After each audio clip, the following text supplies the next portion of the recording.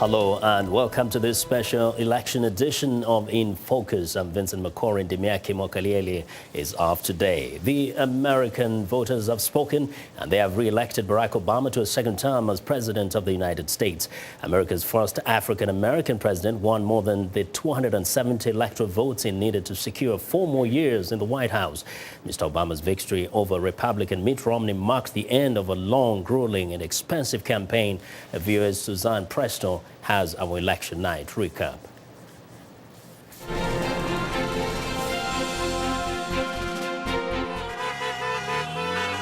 There was jubilation in the streets of Washington on election night. 4 more years! Oh my God! Our I'm children so happy. and ourselves. Our children As graduates, will experience a we better know future. It mirrored the exuberance at President Obama's headquarters in Chicago, Illinois, as the president-elect gave his victory speech. And we know in our hearts that for the United States of America, the best is yet to come. Mr. Obama's supporters were thrilled to learn the president won the electoral vote by a wide margin. And you've made me a better president.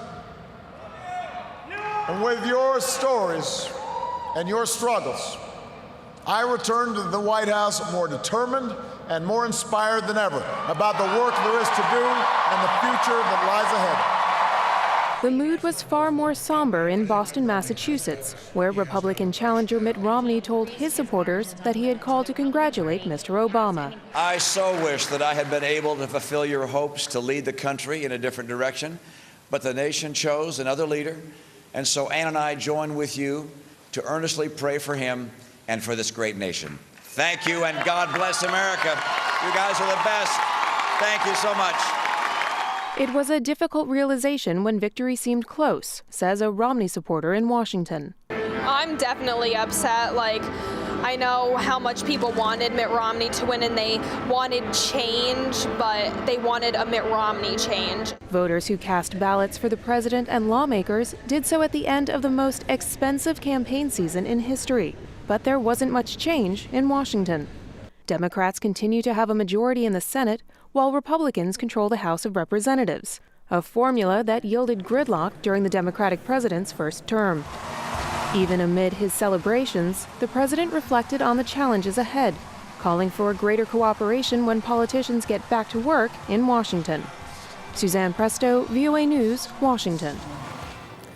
For more analysis of President Obama's re-election win, we are joined again by VOA national correspondent Jim Malone. Hello, Jim. Hello. What Vincent. A long night it was, huh? Indeed. Now, the president gets re-elected in an environment where the economy is not doing that well, and most people thought this is going to be his really weak point. How do you explain it? Well, that's a great question, and I think one of the explanations lies in the fact that the United States of America is changing. In 1988, about 90% of those who voted were white. In this election, at least a quarter, if not more, were minorities. And one party has been able to deal with those changes, the Democrats. This president put together his coalition of women, of African Americans, of Hispanic Americans, and young voters. That coalition elected him 4 years ago, and it came out again in numbers last night. That's challenges for the Republican Party, who continue to rely on white voters. And indeed, listening to the Republican Party side, first we know that Governor Mitt Romney said he had only prepared a victory speech, not a concession speech. But after he conceded, which was very gracious, most of his surrogates and other people are saying, oh, there's a lot that needs to be done within the Republican Party. Yes. What is wrong with the Republican Party? Well, anytime an American political party loses, especially if they've lost more than once in a row, they start to do a process of self-examination. We'll see that with the Republicans. Now, the interesting thing is for the Democratic Party, Barack Obama's term limited. That was his last election last night.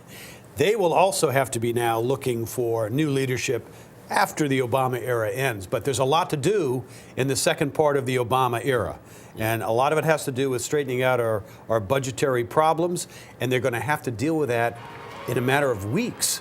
So we're going to be right back into this partisan sort of warfare. Let's see if it's any different, though, with the election results. Yeah, but it did say, well, I'm going to reach across the aisle and see if we can do this thing. And we know with the budget issue, they had just held it off for just a few minutes.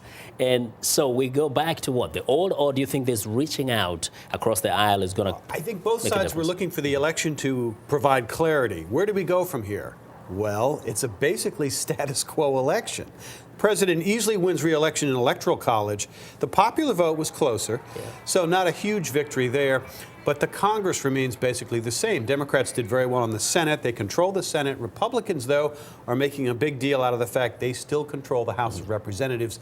They say that's still a bulwark against too much spending, too much government, and they want to employ those principles in the battles to come. Okay. Now, for the president, this is, you can say, the opportunity now for him to start building up his legacy?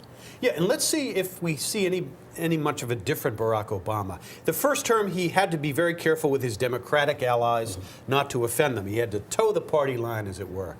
Now he's freed up. He doesn't have to worry about getting reelected again. Do we see a different Barack Obama? Maybe the one that you and I saw in 2004, who talked about there is no red America, no blue America, no black America, no white America, one America. Let's see now if he's able to follow through on this more bipartisan unity type of thing. And in terms of the the Republican Party, the president said he's going to call Mitt Romney and sit and talk with him.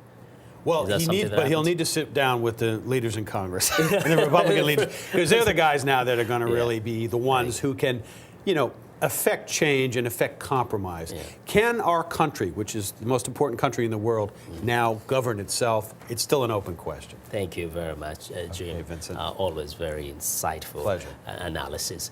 And Jim Malone is our national correspondent. He joined us here today on In Focus.